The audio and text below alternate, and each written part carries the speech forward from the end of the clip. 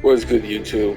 Showing off my Gandora Forever deck, my custom deck, most fun deck I ever made. Take a look.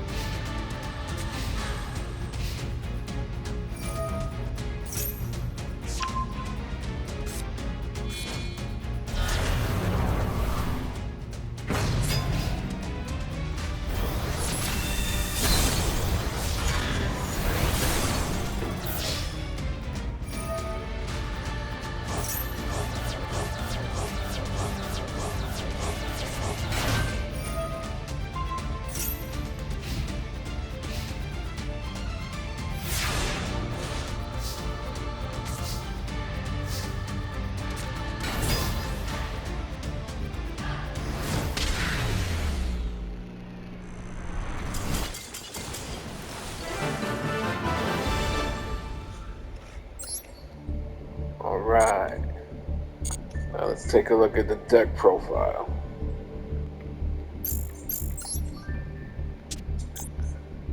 Call it the one, Gandora Forever 2.0. Alright, so off the bat we got an Eater of Millions. So what this card does, you banish cards from your hand or extra deck face down up to 5, and its attack points become, gains 100 for every banished face down card. Maxi, a must, 3 of them running. You need to draw cards. One of the staples of this deck, Ren Maju Daiza. I have just one Ash Blossom because it's so expensive. Running 3 Necroface. As you saw in the previous match, the Necrofaces banished 15 of his cards, so also a good form of deck destruction. 1 Summoner Monk to go into a level 4 XZ, mostly for last minute, clear the field with Evil Swarm or steal your opponent's card. I might get rid of 101 and get the Blackluster Soldier Link card once I can afford it. So moving down again, 1 Armageddon Knight to send to the graveyard either your Fairy Tale Snow or your Sky Serpent. We have the White Dragon Wyvern Buster. Just, banish one of these dark cards, instant monster on the field. Snow, Fairy Tale Snow, one of my favorite cards, especially for this deck. Goes well helping Maju increases his attack points, and also, once it's summoned or special summoned, it turns that attack monster face down. So we have the Kaiju for monster removals. We have the Lava Golem for, twice monster removal. We have the Blackluster Soldier, once your Bunny or your Wyvern Buster is in the graveyard, along with your, maybe Ditto Utopia or Exiton. We have light monsters that can make this easy to summon, along with the Chaos Emperor Dragon for last minute, Hail Marys, where you draw it, you got dark and a light monster in the field, your opponent has cards but nothing to negate its effect, and you have at least 1,000 plus life points. And yeah, easy. I've won a lot with this card. Then we go into the Gandora.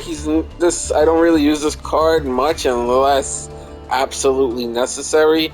He's just there to reinforce the king, the man, the dragon of the hour, Giga Rays, Gandora, the dragon of destruction. Absolute favorite card.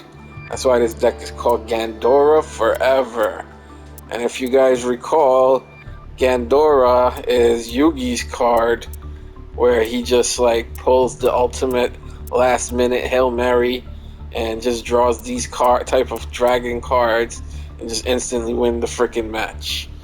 So this is the Gandora. Gandora X is currently banned, which means we can't use Giga Ray's third effect, which is banish all other cards on the field and in the graveyards. With that effect, your opponent's, yours, everything goes to the freaking banish zone, and his attack becomes 300 times X amount of cards banished. So let's say your opponent running 60, you're running 60, and there's 119 cards in the graveyard. So that's 300 times 119 for his attack points. And there will be no other monsters on the field because he will be the only one. So, insane fucking card. Then we go on to Danger Bigfoot. This is to, get your level 8s, your rank 8s up in there. You also draw a card, so I have. Plus, it also removes a face-up monster on the field if it is chosen. So it's just a good all-around card. Along with this does the same thing, but for face-down cards, it would remove from the field, destroy it. And then we have the Sky Serpent. This card is used to, along with Snow's effect, similar to just banish cards. So you could gain attack points from Gandora and Maju. So that's these cards, these four here, are the mechanics of the deck. Then we go into the spell cards. I run zero traps. So we have Raigeki as a staple. Feather Duster, those trap cards and spell cards, opponents need to get rid of those right away. A Monster Reborn, just in case, as always. A Foolish Burial to send your Snow or your Serpent to the graveyard so you can start building your attack points in the banished zone. I have one Gold Sarcophagus. You may ask why. It's to banish Necroface and start the milling process. And then after 2 turns, if you banish 40 cards, then all of a sudden you have, that grass looks greener and Necroface comes into your hand. Summon Necroface, send everything back to your deck, and then activate grass. And you hopefully your bunnies, your fairy tale snow, and your sky serpent is sent to the graveyard. And you could use this once. Fairy tale you could use unlimited times as long as you have material to sacrifice. Then we go into an instant fusion, to get a monster out on the field as material. And I went with Thousand Eyes Restrict simply because of the monster removal feature, and then I would sacrifice it for other link play monsters. Then we have trade in. Trade in is to trade in any of these level 8 monsters and draw 2 cards. The good thing about trade in with Bigfoot, the danger group, when you train them in and send them to the graveyard, they activate their effects easily, because once you trade this in, discard it to the graveyard, you get to remove a monster, a face up card, and with this one you get to remove a face down card. So Allure of Darkness to work hand in hand with your Necroface. What you could also do is I have Card Advance. If you have Card Advance, Allure of Darkness, and Necroface, you activate Card Advance, and you play out your hand. You might see Gandora and you might see Maju, and then you line them up, and then you activate this. You get your 2 cards. Necroface gets banished, and then you get to deck destruction. Plus you grab your 2 cards from the effects of Allure of Darkness. One Day of Peace, as always, try to attack your opponent, then main phase 2, and activate this so, you get 1 free hit. Card Advance, very useful if you have like one of these draw cards to help, excavate the top 5 cards, and you put them back in any order you want. And then let's say use a trade-in to send your level 8s, and you get the 2 cards that you need at that time. Pot of Desires, just to send cards to the banished, and you draw 2 cards as well. Grass Looks Greener to send your deck to the freaking graveyard and activate Snow, and Sky Serpent. Pot of Prosperity, this is an optional card, in case I ran out of draw power and this is the only thing left. I would activate it just because I don't have anything left. Soul Absorption, so for all those cards banished, if this is on the field, you'll gain life points for every card banished, 500 life points for each. A Super Palm, so since we have a lot of dark cards here, we could easily go into a Starving Venom Fusion Dragon, especially if your opponent is running dark as well. And the good thing about it is it cannot be, your opponent cannot, or neither player can activate cards in response to this card's activation. And then, Twin Twister, just in case for monster removals. Then we go into the extra deck. So we got the Thousand Eyes Restrict for removal, a Venom Dragon for, that dark super polymerization play. We got the number 39 Utopia to go into the lightning in case you need a 50,000 beater monster to just, take out that 4,900 attack power monster. Then we go into the level 8, which is the Galaxy Eyes to get that, what, 5600 attack power. So yeah, I'm looking to just go into something quick with high attack and attack my opponent and win the match. And we got the Hope, Harbinger, Dragon, Titanic, Galaxy. Okay, so yeah, very long name. This is like my if card. It doesn't really work well for me. Normally when I finish attacking with it, or any of these, mostly these cards. Oh yeah, I didn't even talk about these guys. So we have the number 101. Might get rid of him, like I said, for Blackluster Soldier Link Monster once I can afford it. Exit of the Night, for that last minute, if your opponent field is too crowded, go into a Summoner Monk, summon your Armageddon Knight, send your Snow or your Sky Surfer to the graveyard, exit to the night that shit, and destroy your opponent's field. Alright, and then we have Zeus. Just because it's Zeus, I don't need to explain Zeus. We have the Nightmare Phoenix for, trap cards, removal, spell cards, whatever. We got, what is card? Weaves Witch Apprentice. This is to get my Gandora back from the graveyard in case all three of them is in the graveyard and I don't have a beater monster to attack with.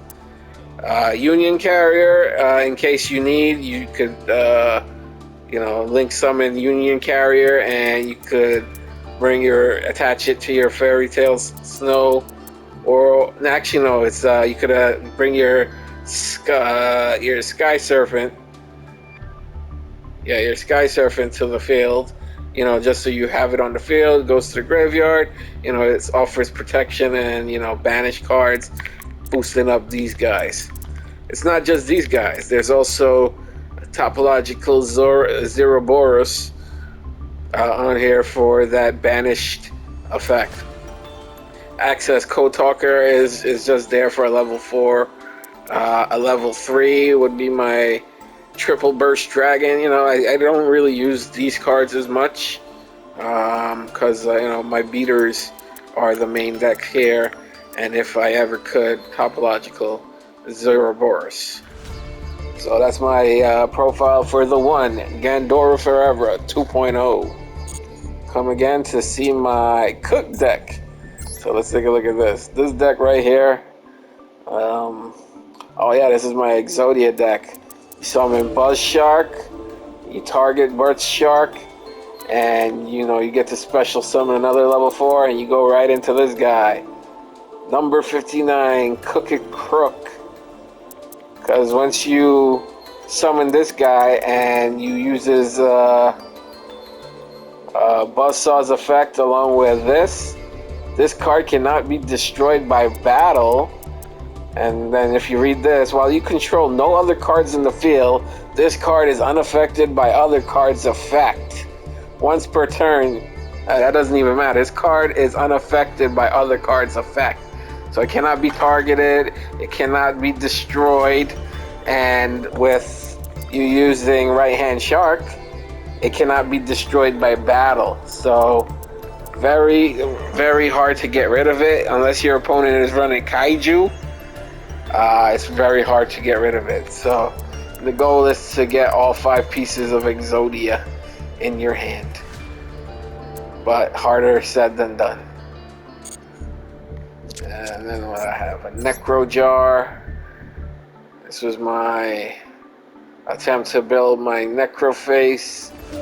Deck Destruction, Morphing Jar, Book of Tayu, Book of Moon, flip, and send them back face down and flip again, Deck Destruction.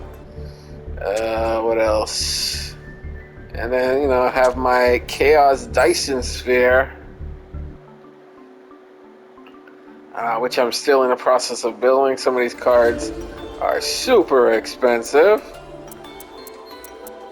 And yeah, basically using Satellar Knights with a form of rank up magics to go into, what was it? Let's see. So going to this, to go into this. So going to the what is it? The Chronomaly, and then into the Dyson, and then to the C9 Dyson Sphere. So once I finish purchasing all these secret rares and ultra rares, I'll give this deck a try. And where's my Cyber Dragons? And this was my first deck, the Cyber Dragons. You know, just pure Cyber Dragons. Yep. Alright, thanks guys.